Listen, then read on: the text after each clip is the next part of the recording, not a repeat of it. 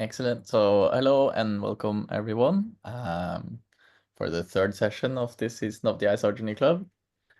Today we have Robi Pedersen from who's a postdoc at Danmarks Teknisk Universitet, or I finally got to use some Danish. Yeah, who's going to present to us today, and he's going to talk about isogenies and MPC protocols. So please take it away, Robi. All right. Thank you very much. So first of all, also thank you so much for inviting me to the Isogeny Club to give a talk. Yeah, as Jonathan already said, my name is Robi. I'm at the Danish Technical University, and I'm focusing on threshold protocols, so post-quantum threshold protocols. And during my PhD, I mainly work with isogenies. And so in this talk, I kind of want to give a bit of an overview of what I did and also how stuff comes together in my new research. So this talk is about isogenies and MPC, and I use MPC in kind of a broad sense. So you can think of it as in like the classical secure MPC kind of type toolbox, but also as in everything that's related to multiple parties, just like secret sharing and distributed group actions and these kind of things. So this is what I'm going to talk about. And I'm just going to quickly go back, give you an overview of group actions for the people that don't know it. And I suppose most people here do know. And then the rest of the talk, I'll kind of have three different parts. So one is how we can use secret sharing schemes in isogenies. And then how we can use MPC stuff in isogenies as well. And then in the last part, I will merge all of these approaches and show you how we can construct threshold pseudorandom functions from isogenies. And like I said, I'm just going to talk about the effective group action setting. And I'm also not going to go into detail of how this works with isogenies, but I'm going to try to kind of give you an intuitive overview. So I guess the people that know it, it's nice to fix notation. And for the people that don't know it, I guess it's nice to have an intuition rather than going too much into detail. So so the effective group action setting is basically a setting where we have a group, which I will designate as an additive group, acting on some sets. So if we have an element in this group acting on a set element, the result will be another set element. And throughout this talk, I'm going to assume that this group is also commutative and that it is cyclic. And what further things that we assume about this group is that all of the operations within the group are efficient, which means addition is efficient, but also inversion, sampling, and so on. And on this set, we don't have any operation defined. But what we can still do is we have canonical representations of all of these elements in the set, and we can efficiently test if an element is part of the set or not. And we also fix the starting element, which we call E0. And I'm going to interchangeably use the word curve for these elements in E. And so basically the way we can think about this is that I have some starting element, and I also kind of canonically fix this group action by defining an element, a canonical element, which I just call 1 in this additive group. And 1 is the element, I'm sorry, I just clicked something. One is an element that connects the starting curve to some other element, to its neighbor. And we can just walk kind of in this direction of this one isogeny until we kind of wrap around, and because we have a cyclic group. And this is just a really, really intuitive way to think about this. But in fact, this group is kind of, so the way we instantiate this with isogenies is that this group is the class group acting on the set of elliptic curves. But again, I'm not going to really go into detail there.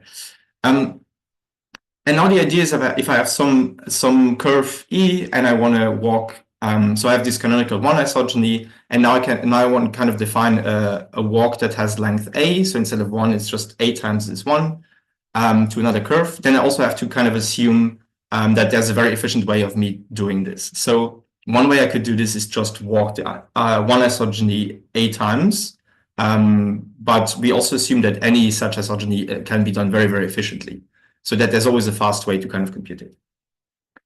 And again, this group is cyclic, and in general, we cannot assume that that the size of this group is a prime. So usually we have to assume that the size of this group is is a composite number, and so usually we kind of work in this group of integers modulo the size of the set, and this could be a composite number. So this is technically a ring. And yeah, and just the way you can think about these isogenies is if I give you an element A, this is really like walking a distance A in this graph, and so distances are additive. So if I walk a distance A and then I walk a distance B, both distances will add together, and basically yes, the elliptic curve I will get at the end is the one that I would have also gotten if I added A and B in the group and then acted with them. And due to the commutativity of the group action, or the group, this works also if we walk first a distance B and then a distance A. And actually, what you can see on the right hand side here is already how we designed the Diffie-Hellman scheme in this graph. So if Alice knows A and Bob knows B, then for example, this is a way they can commutatively come to the same shared secret. And this leads me to the hardness assumptions that we assume. So we have two hard problems in these kind of groups. Usually there's more, but I'll get into more detail later. But like the underlying one of the underlying assumptions is called vectorization, and vectorization is basically the discrete logarithm parallel in this setting. So where when I give you an elliptic curve and some kind of other elliptic curve that are connected by a specific distance, then it's very, very hard for you to figure out this distance. And the other assumption that makes Diffie-Hellman work in this scheme is the parallelization assumption, which is a bit like computational Diffie-Hellman. So the idea is that if I give you A, E, and BE, it's very hard for you to figure out what the sum of these two secret elements is if you don't know them. Yeah, and just as a side note, so effective group actions do exist from isogenies, and they have been the study of many, many papers. I'm not going to go into detail now, but Clapoty and Pegasus are like these very recent results that give us a lot of choice over the structure of the group, and this will become important later, so we can kind of choose how this N looks like. And these are kind of approaches that also kind of solve this scalability problem, and so allows a lot of control over this group. All right, and with great hard problems comes great knowledge protocols. And so, for example, since vectorization is a hard problem, we can use it to build an ID protocol. And I know for a lot of you, this is going to be very basic, but just to kind of remind you, because I'm going to use a lot of different zero-knowledge protocols throughout this topic. Assume we are some party computes an isogeny connecting two curves in the graph, and I'm just going to indicate this as an arrow now. And now they want to convince somebody else that they actually know the distance between these two curves, so they know S. And we know this is a hard problem, so claiming this is non-trivial. And the way to do this is actually very simple. We do this similar to the graph isomorphism problem. So we have a sigma protocol. Oh, sorry, this is the statement first. And so we have a sigma protocol where we first sample some random element that has the same space as our witness. And then we commit to some curve that's on distance B. And then we assume the verifier can send us a challenge, which is either 0 or 1. If this, and then we send a response back, and this response encodes that if this challenge is 0, then we just reveal this left-hand side. So we reveal that we've computed this commitment correctly. And if this is 1, we reveal that, so we reveal the path from E1 to EB. And clearly a prover that can respond to both of these queries must know S. And so we usually repeat this protocol often enough so that this becomes very, very probable to be actually a true statement. And we can extend these basic ID protocols into AND protocols. And AND protocols are kind of the statement that I know S connecting two curves, and I use the same S connecting another pair of curves. So I have E0, E1 connected by S and F0, F1 connected by S in my example here. And the way to do this is like very straightforwardly follows from vectorization, from the proof of vectorization. And we do this by sampling some random element from the same set as the witness. And we use the commitment using this random element for both of our sets or both of our graphs here. And we have the same challenge and response for both. And then again, if the challenge is 0, we reveal the left-hand side. And if the challenge is 1, we reveal the right-hand side. And by the fact that this commitment and also the response is the same for both, we kind of also be convinced that the secret that we are trying to prove knowledge of is also the same for these two sets. And then one more of these IDE protocols, and then I'll continue. We can also extend this to have scalar proofs, where the statement is something like, on the left-hand side, I'm acting with some secret S, but on the right-hand side, I've acted with some multiple of this secret S, where this multiple is public. And if you look at the protocol here, this multiple needs to be public because the prover needs to use it to commit, and the verifier also needs to use it to verify that this is correct. So this needs to be a public element. And I'm emphasizing this because it's going to be interesting or like useful later to know this. All right, but now let me ask you a question. Has this ever happened to you? You just come out of your house, you lock your door, and you walk down the street, and bam, you drop your key in the gutter.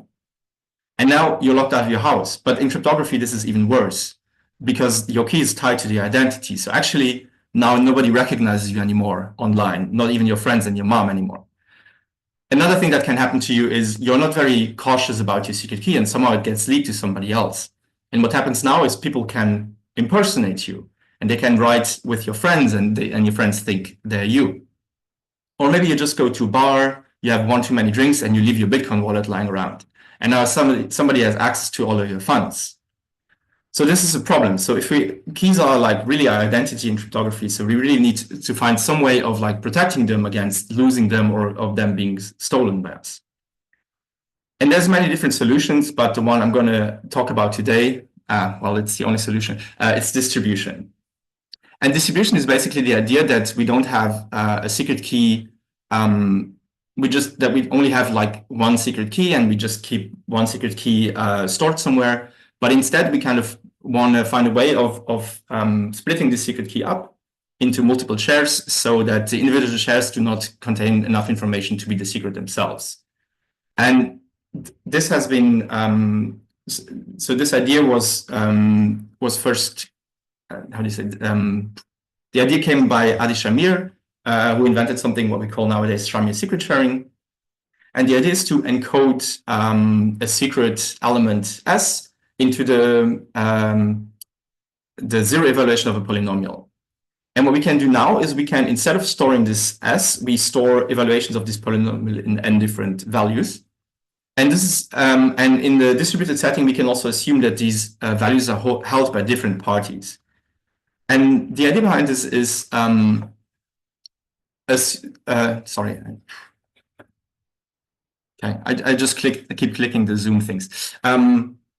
So the idea behind this is that if we use a polynomial of degree t and we split this up into n shares, since we have a polynomial of degree t, this polynomial has t plus 1 coefficients. So we need at least t plus 1 elements to kind of solve for s. And basically the observation is that any polynomial of degree t is therefore uniquely defined by t plus 1 evaluations. But if I have t or less evaluations, then this set of equations is underdetermined, and I cannot get s back. And the way to get s back, or like to solve this system of equation, this can be put into a coherent algorithm, which we call Lagrange interpolation. And Lagrange interpolation is basically the idea that, is basically a way of solving the system of equations. And just put this formula here because we have, so using this Lagrange interpolation, we already have a restriction on our group, which is that this I minus j has to be invertible in our ring. And what this means is that all of these positions of these parties that we have here, they kind of need to, the difference needs to be invertible. And this is what we call a exceptional set modulo n. And the restriction that this puts on our graph is that that the size of the graph, so the smallest divisor of the size of the graph has to be bigger than the number of parties. And so this can be restrictive, but actually, if this is not the case, we can just work in a subgroup of our graph. But maybe a more important thing is how do we prove that the shares that parties get are correct? And actually, so basically, what we want to do is if we get a share by a party, we want to be convinced that this share is actually a correct share. So how can we do this? Well, we can design a zero-knowledge protocol. But here the idea is that that parties want to be convinced that all of their shares are actually evaluations of a polynomial in the position that they're told. And we can do something like similar to the AND proof before. So the idea here is that the prover who gives shares to different parties now commits to this polynomial in a way that it commits to the individual evaluations one by one. And then we can do a similar zero-knowledge protocol as before. So what we do is we sample a randomizer, and we sample this randomizer from the same set as the polynomial, as the witness polynomial. And then we also commit to these randomizers, B1 through Bn. And the challenge here can be from a bigger set, and it's from an exceptional set as well. So it means that every challenge pair the difference must be invertible modulo this space. And this is just some technicality to allow extraction in this setting. And the response, just as before, is kind of this linear combination of this randomizer minus c times the witness polynomial. And now every party can verify using this public response whether the randomized commitment is compatible with R plus CF1. And so this is kind of the same idea as the AND protocol that I showed you before. And now if all of the AND parties agree, then they all have correct shares. But of course, we also have to be, we have to think about settings where there might be malicious parties. And so for this to kind of work and to be kind of a valid proof, we need at least T+1 parties to accept this proof. And for this reason, we kind of assume that at least T+1 parties are honest. And this is, of course, a restriction, but this is the only way we can make this kind of work, because if not T+1 parties are honest, then there's no correctness by the sense that there's no secret to reconstruct if there's no honest parties that want to reconstruct a secret. But we also need to assume that at most T parties are corrupt, because otherwise they could reconstruct a secret, and then this would be leaking the secret to the malicious parties.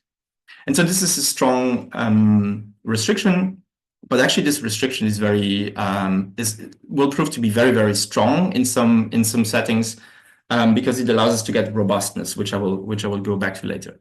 And also this restriction, or this honest majority setting, is something that we're kind of familiar with, because we're also using it in democracies, for example, or much more importantly in Bitcoin consensus.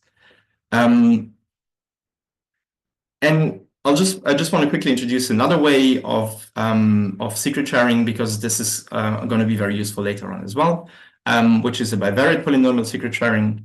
And the idea here is very similar to Shamir. So basically, instead of using a monovariate polynomial of degree t, we use a bivariate polynomial where both variables have degree up to t, and we encode the secret as the 0,0 point of this polynomial. And then we define these kind of like sub-polynomials where we evaluate s in position I in the first and in the second variable, and then we send these polynomials to the different parties. And now having these shares, reconstruction works the same as before, so we can just use Lagrange interpolation on our F polynomials to reconstruct. And the G polynomials are actually very nice, because they can be used to verify whether these shares are correct. And how do we do this? Well, because F and G both come from the same bivariate polynomial, Fij and Gji should be the same. And so parties can pairwise compare if their shares are consistent with each other. And if they are, then they can be sure under some conditions that their share is correct.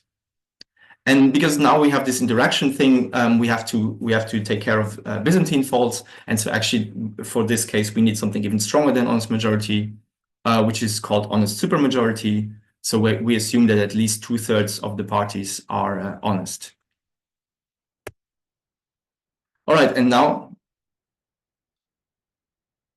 now we have all of the ingredients to compute a distributed group action. So we know we have this reconstruction here in the bottom, which is just a sum. We know we have an additive group. So if you want to compute this shared secret applied to some E0, which is just the constant term of the polynomial applied to E0, then we can just do this by using Lagrange interpolation, where the different parties compute the different shares of this.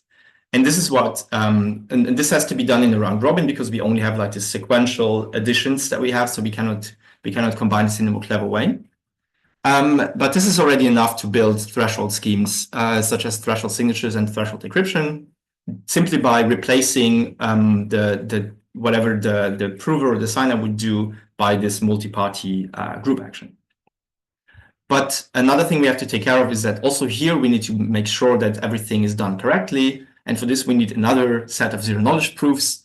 I'm not going to bore you with the details of this one, but basically now I kind of want to prove at the same time that I've acted with the constant term of the polynomial while you own an evaluation of the polynomial. So we have another of these conjunction proofs as before. And what we do is just the same things as before. So we sample a polynomial from the same space as the witness. We commit to the zero evaluation or a multiple of the zero evaluation on the left-hand side, and we commit to the different evaluations 1 through n on the right-hand side. And we have the same challenge and response. And here the challenge is from a binary set, because on the left-hand side, I'm working with, elliptic curves again. And then the response is just, again, this linear combination that we're now used to. And we can verify the left-hand side just as we did in the scalar proof and the right-hand side just as we did in this Shamir proof. But yeah, I hope it's not too many zero-knowledge proofs here. And again, for this to work, I have to assume I'm in the honest majority setting because the right-hand side, at least T+1 parties have to kind of agree, T+1 honest parties have to kind of agree for this to all work out, for this polynomial to be really fixed through this proof. And just to summarize, so basically to kind of realize these multi-party protocols, we have the verifiable secret sharing step, and we prove Shamir's shares, and usually this is done in a distributed manner that every party kind of does this, and then all of the results that fulfill the verification condition are added together, and in this way we can do a distributed verifiable secret sharing among n parties. And then we want to use this in protocols and, for example, to compute distributed group actions, for which we use structured PVPs to prove that the action is actually done correct. Or we kind of want to have direct reconstruction where, for example, we just want to reveal the secret in the clear. And all of these three things using the honest majority setting and using the zero-knowledge proofs are robust. And robust is a really, really strong property that we can only achieve in this setting. And why is robust so strong? Because basically, robust really means that these algorithms will always finish, and they will always finish with all of the honest parties holding correct shares. So they will technically always correctly finish, no matter if the adversary tries to bias or change anything or just sabotage the protocol will always end correctly. And what this really means is that in this honest majority setting, the set of all of these parties, they behave just like an honest party, because whenever they start a protocol, they will finish it and they will finish it correctly. And this is a really strong property, because this means we can strongly we can use results that we have for honest single parties kind of in this setting, because here this n-party protocols, they kind of realize the same functionality as one-party honest protocols, and that's a very strong and nice thing to have.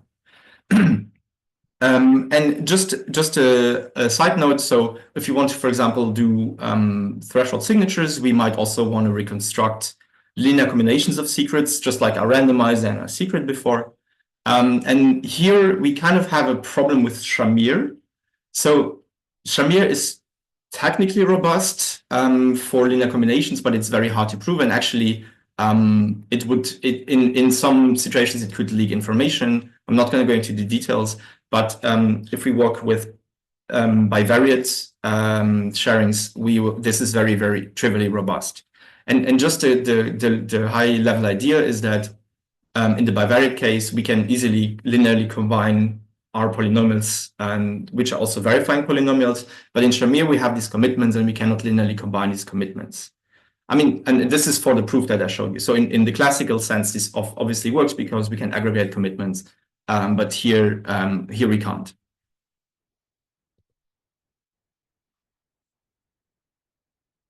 And this brings me to my next topic, which is arithmetic from group actions. And this sounds a bit abstract, but you'll soon see what I mean. Because remember, we've seen two proofs, which is the AND proof and the scalar proof. And just to kind of remind you of the statements that we have here, the AND proof is basically a proof that shows that I have a Diffie-Hellman tuple, and the Diffie-Hellman tuple in our additive group basically means if I have a curve that is SE0 and a curve that is FE0, then the fourth curve in this tuple is just the sum of both. So I can use AND proofs to show that I've actually added two secrets together. And similarly, these scalar proofs, if I look at them in the setting where F0 and E0 is the same, then the statement I'm actually saying is that I have a secret curve, I have S applied to E0. Sorry, the curve is not secret, the S is secret. And now I have another curve where I've acted with the multiple of S by a factor M on 2. And so this is kind of a statement for scalar multiplication. And of course, these kind of like arithmetic operations might inspire the idea, what about other things? Can we do something like exponentiation, where, for example, we take S, but to the exponent of E for a public exponent? Or can we do something like multiplication, where instead of adding S and F, we multiply them together, and both S and F being secret? Or can we do polynomial evaluation, where we have a public polynomial and we want to prove that we've evaluated this polynomial on S, or the same statement with a private polynomial? And all of these things, we can do them. And I just want to focus here on multiplication. In particular, I want to start with like a two-party multiplication idea, where I want to assume that I have one party holding a secret A and the other party holding a secret B, and now they want to jointly compute A times B applied to E0. And of course, since our group is additive, that and also these we can add stuff on top in this setting. There's no direct way of realizing this. But a way we can think about it is that assume both parties kind of sample a randomizer X and Y, and then they mask their secret A and B that they want to use for this multiplication. And then we can just use basic distributivity to see that this gives us 4 group actions, where if both parties exchange alpha and beta, then the first group action, both of them can compute it, and the other two can be computed by the first party and then the second party. But now, of course, this is a circular argument, because now we have the problem of how to compute X times Y. And thankfully, MPC kind of gives us a solution to this, or like ideas from MPC, which is we can use beaver triples. And beaver triples are these correlated triples where we have X and Y, and we also have two elements Z1 and Z2, so that their sum becomes the multiplication X times Y. And the idea is that these two parties kind of get access to part of this triple. And so instead of sampling X and Y, they kind of get this, and they also get Z1 and Z2 so that they add together. So this is a way of transforming multiplications into additions.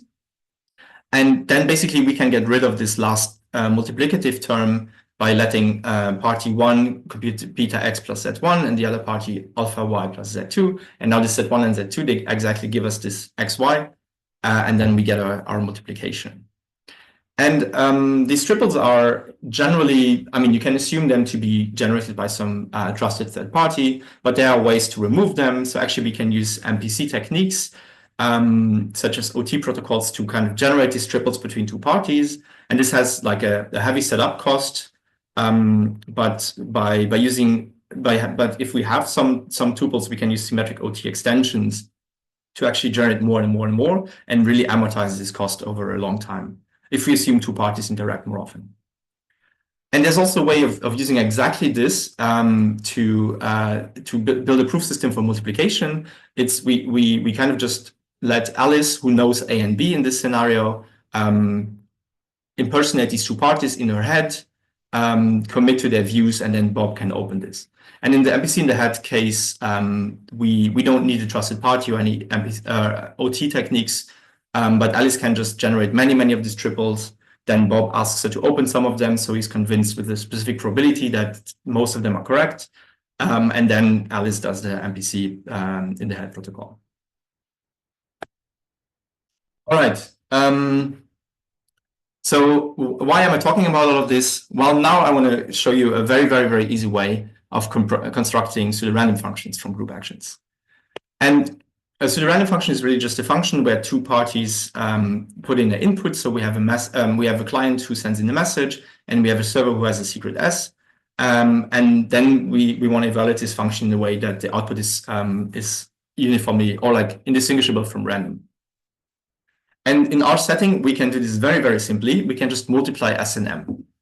And so why is this a nice pseudorandom function? Well, actually, if you think about it, well, these graphs have very nice mixing properties, but also we have the regularity of the group action. So actually, this output curve here that comes out is only, so there's only a collision if we have a collision in this multiplication. And by using context binding, we can even hash the message and this output, and then the output will be perfectly uniform in some interval that we choose from the hash function, and we will only have a collision if we have a collision in this hash function. And this is a pretty nice and compact pseudorandom function. The only assumption that we kind of need to add on top is that if we have oracle access to this pseudorandom function, we don't want to be able to, for an adversary to predict an output of a message that has not been created PRF. And this is where a few caveats come in. The first caveat is that quantum access to the quantum access to the PRF would actually, so quantum access to this oracle here in the bottom left would actually allow us to recover the secret key, because there is an equivalence between vectorization and parallelization that can be used here. So that's one thing we have to take care of. Another thing is a very recent result realized that having many of these like output tuples, there's also a quantum algorithm to actually solve this faster than vectorization. So this also has like a lower, we know now for like since like 2 weeks or something, that this actually has a reduced quantum security with respect to like standard vectorization. And a third concern that we have to take care of, sorry, just for the second one, I just want to emphasize. So this does not need quantum access, but you can just have classical access, and then you can run this quantum algorithm on the outputs offline, basically. And then a third concern, I wanted to say problem, but it's not a problem, is that the security of this, so assume you have a malicious client who sends in messages that makes the server act on subgroups of the class group. So if you have a ring, this is a problem. And so actually security is reduced to the largest prime divisor of the class group size. So we have another thing that we need large prime divisors of the class group. And so this last concern, we can now solve it using these nice approaches of Clapperty and Pegasus, where we have we have almost perfect choice over n. And so this is not really a problem. But for the other two concerns, there's two ways we can solve this. So to solve the quantum access problem, we just can assume not to allow quantum access to our PRF. And for the reduced quantum security, we just increase parameter sizes to mitigate it. Or what we can also do is we use polynomial evaluations instead of multiplications. So instead of our secret S, we use a secret polynomial F. Instead of multiplication, we evaluate M in this polynomial, and then we hash the output. And although this is an elegant solution, I will actually focus on the first one for multiple reasons. So first of all, actually, this will strongly increase computation and communication cost if you use polynomial evaluation instead of very basic multiplications. But another problem is that, Another thing is that if we talk about PRFs, we don't really need to assume that we have quantum access to them, because basically, imagine if you, especially, I'm going to go into like threshold and verifiable PRFs and so on. In this case, you kind of do not need to assume that somebody has Oracle access, because this on the server side, we need to do round robins and zero knowledge proofs, and doing all of this in quantum superposition is just not very realistic. And also the reduced quantum security with respect to vectorization is, it's about, so in the current results from the paper, it's about maybe like 20, 30 bits. And this is something we can easily compensate by increasing parameter sizes. All right, so what can we build from this? Well, what if we add verifiability? Then we can make this a verifiable random function. And in order to do this, we just have to prove that the output is correct. And if you've paid attention until now, we already have a proof system to do this. We have this scalar proof that I showed to you at the very beginning. And just by using this, we have a VRF. And this VRF, in comparison to previous designs and group action setting, which were based on Naor-Reingold type PRFs, uses much less communication and also much less group actions to compute and to prove. I just want to emphasize here that this is kind of like an apple versus oranges comparison, because we really need to have these large prime groups. So actually, we're more in the Clapeyron and Pegasus setting rather than the C-Fish setting to which we compare. So actually, even though it's 400 less group actions, they're much slower currently. But yeah. And another thing that we can do is we can make this PRF oblivious. And just to remind you what it means that the input M is not learned by the server, and the output is also hidden from the server. And we also already have seen how to do this. So basically what we want to do is a two-party multiplication where M and S stay secret. So we have these triples, we mask our elements, and we exchange alpha and beta, and then we can compute two group actions. And if we let the server compute the group action first, then the client can compute its group action later, and then the server will also not learn the output. And if you compare this to the previous Naor-Reingold kind of designs, we again have a lot less communication, and we have also 200 times less group actions. And again, same caveat, so same thing that we need this kind of Clapeyron Pegasus framework for this. And again, we can remove these triples using these kind of MPC approaches. All right, and so now we've seen verifiable random functions, and we saw an OPRF. So how do we make the OPRF verifiable? Well, actually, again, the statement here is the scalar statement. So we want to prove that basically the output is M times S, where S is our secret. But the way we've seen this before is the prover needs to know M for this to work, and we can't use this here. So one alternative is to kind of prove that Y has been used correctly. But for this, unfortunately, we need Y committed to in our triple, and also Z2 committed to in our triple. And that's actually a problem, because now the setup becomes much heavier. And because we have these extra curves and not just standard beaver triples, we cannot use OT extension techniques, and then everything becomes quickly very expensive. And another small thing here is that revealing these two curves in this multiplicative setting actually leaks too much data. But in polynomial evaluation, this is not the case, for example. And so how do we get rid of this? Well, actually, we can realize that what the server computes is actually not M times S, but what the server computes is alpha Y plus Z2. And actually, then the verifier completes this diagram. So the verifier actually computes MS on F0 jointly with the server. So this F1 that the verifier learns is actually where the skull statement comes in. And so we can, just like before, we can do another of these Sigma protocols where we sample a randomizer B. On the left-hand side, we just do the classical committing to B. But for the right-hand side, we do something similar as on the top layer of the graph here. we just assume that there's a second of these triples, and the server uses this other triple to mask B, while the client masks the message again. And now the server's commitment is to alpha prime, y prime plus c2 prime. So this is kind of the same action, but with a new tuple. And then the verifier actually completes this diagram. And now we have the same challenge and response structure than we had this whole talk. And the idea is that if c equals 0, then the verifier can check if actually this fb is correctly mb. And if c equals 1, we can verify if this is connected to f1 in this correct way. And then if, again, the server can respond to these both correctly, we know that the top one is m times s. And again, we need to reduce. So this is, again, a soundness error 1/2. So we need to repeat lambda times. So actually, we need lambda of these tuples to realize this. And yeah, the disadvantage is then we have more communication, but we can, again, use MPC to do these OT extension techniques to kind of generate a lot of these tuples in a very cheap way.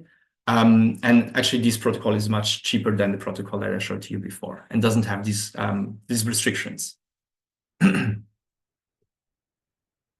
All right, and this leads me to my final topic, which is we can now also thresholdize this. And actually, there's not much for me to say anymore because if you've listened well, you know the different ingredients that we have to our disposal.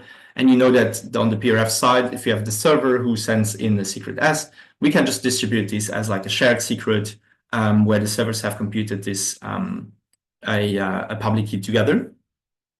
And so this PRF is in a straightforward way. We can just distribute it. It's a bit more challenging to distribute the zero knowledge proofs to show that the output is correct, but we can still just thresholdize the scalar proof that I showed you before. But so here we kind of need, without going too much into details, we kind of need parties to prove that also inside of the server side that they've acted with S and then this multiple of S, with B and then this multiple of B, and then they need to reconstruct B minus S or M B minus S here. And here's just stepping back to why I said bivariate is really important, because here I also really want this linear combination of B minus S to be verifiable on the server side. And for this, we need bivariate sharings in the malicious setting. And in the semi-honest setting, we actually can use Shamir for this. And similarly, we can, if we find a way to thresholdize this multiplication protocol or this multiplication proof, then we also get a threshold verifiable OPRF. And this is also possible, and we just have to take a bit care of which kind of sharings we have, because now we have sharings of these beaver triples in the Shamir setting. But using bivariate, using bivariate in a malicious setting, all of this is robust. And so actually the client-server interaction will always succeed, just as if the server were an honest party.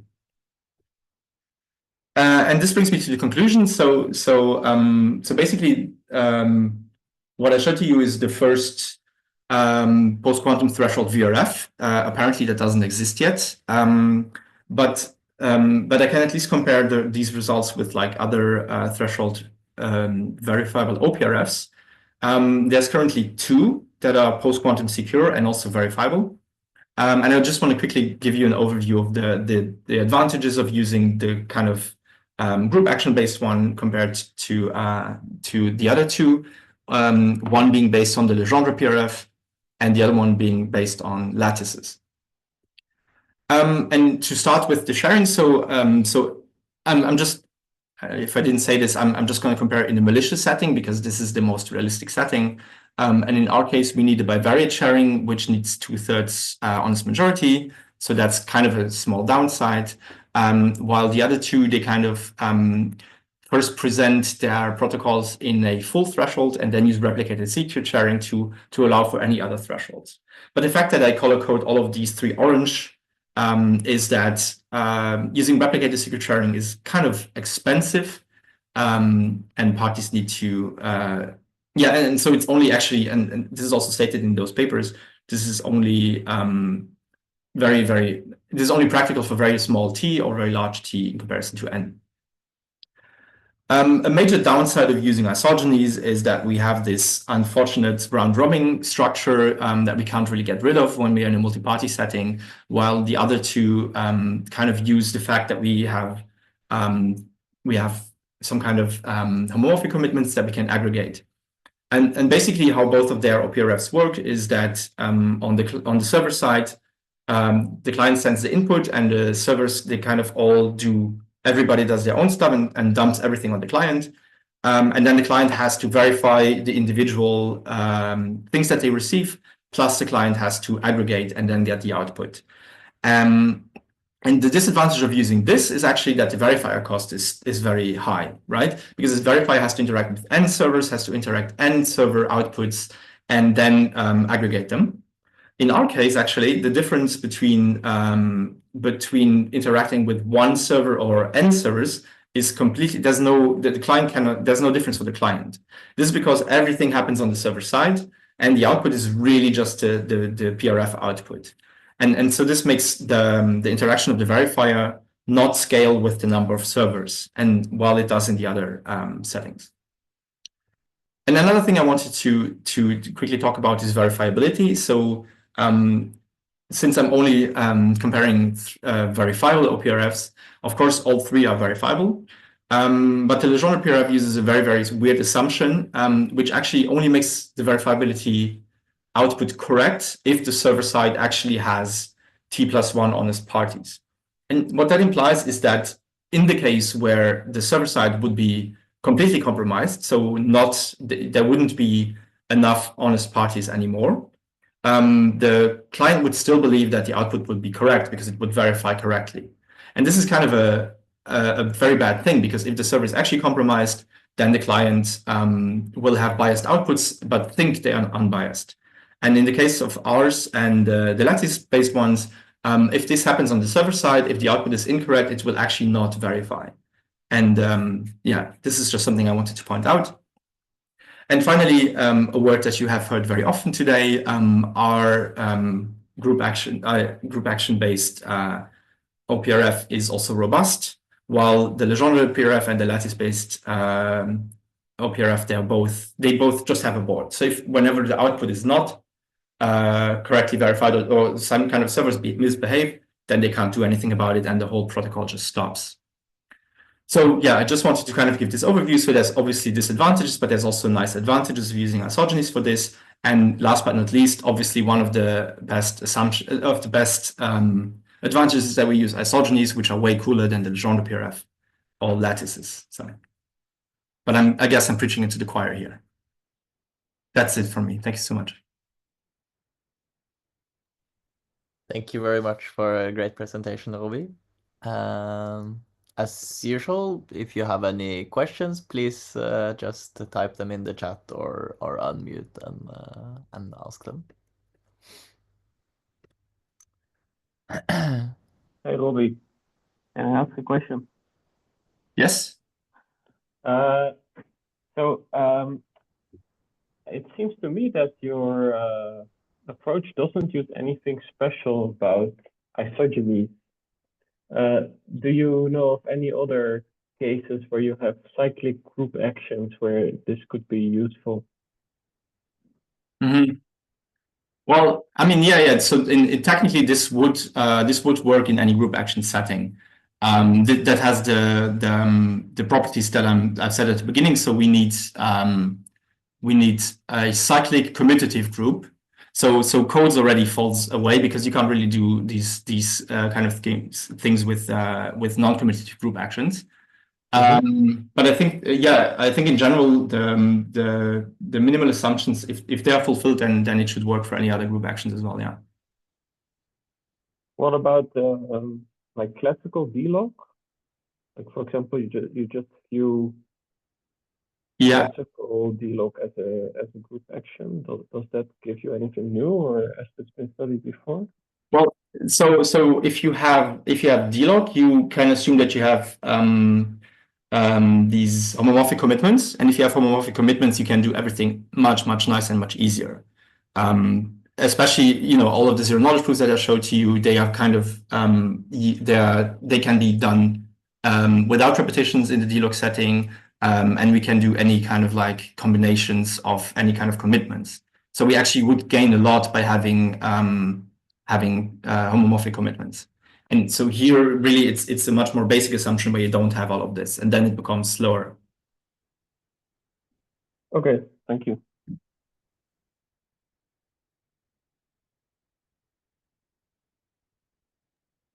I have a question that's maybe along those similar lines.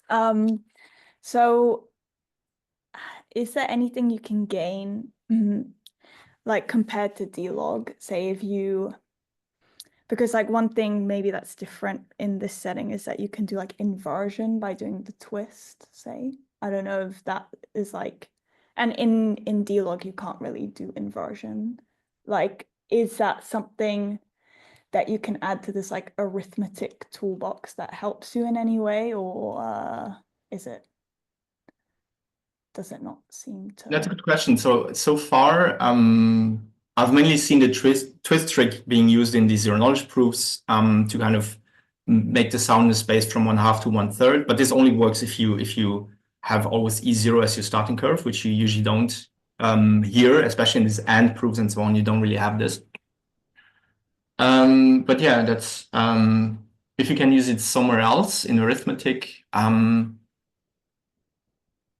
That's a good question. I think we've looked into kind of like reducing different assumptions into each other. And if you can do like negative, you can do other things as well, like doubling and so on. So there's kind of a relation there, but I'm not sure. Yeah, if there's like a cool trick you can use for like weird arithmetic in some sense. So, but yeah, it's a good question. Yeah. Yeah. Okay. Cool. And also, like, similarly, this round robin structure is also like a very negative point about isogenies. Yeah.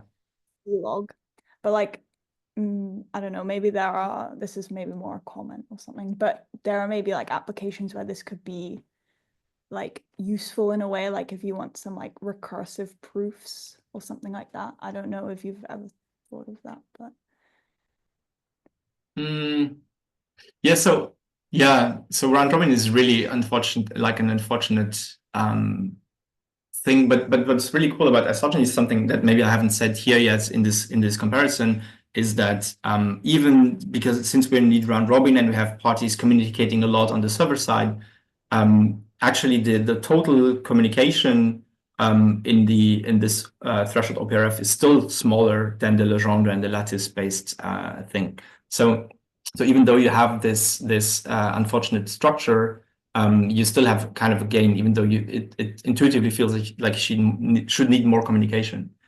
But yeah, about recursive proofs, I have not thought about this yet, but that sounds interesting. Okay, cool, thanks.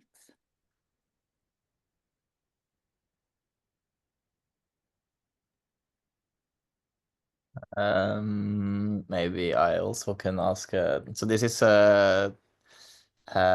maybe a bit of a esoteric question still, but so Damia in like one of his recent e-prints introduced this symmetric monoidal action, as he called it, and it's simplifying a lot. It's similar to a group action, except it's not a group acting, but it's a monoid, which is like a group without inverses. So I was just wondering if there's probably not, since this is very recent, but if there's been any work on what kind of protocols you can construct from this when you have like this monoidal action instead of a group action. I'm not aware of this paper, but yeah, I cannot tell you from the top of my head. I guess it's a similar question to asking, what if I get rid of commutativity? What can I still do? Yes. Yes. It feels like so intuitively doing like these kind of threshold reconstructions in the exponent. I doubt that this is possible, but maybe there's something that you could do. Would be interesting to see in the context also of multi-party protocols. Yeah.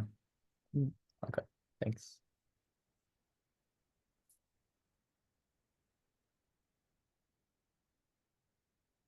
If there are no more questions, there's some discussion going on in the chat now, but maybe we can keep that discussion going after we finish the recording and officially end the meeting. So thank you very much, Robi. In 2 weeks, we will have in 2 weeks there's Jonathan Love giving a talk. Still undecided what topic, I think. So that will be cool, and everyone should look forward to that. And I also need to inform about something called the ski party, which is gonna happen in Spain 1 week before Eurocrypt near Barcelona.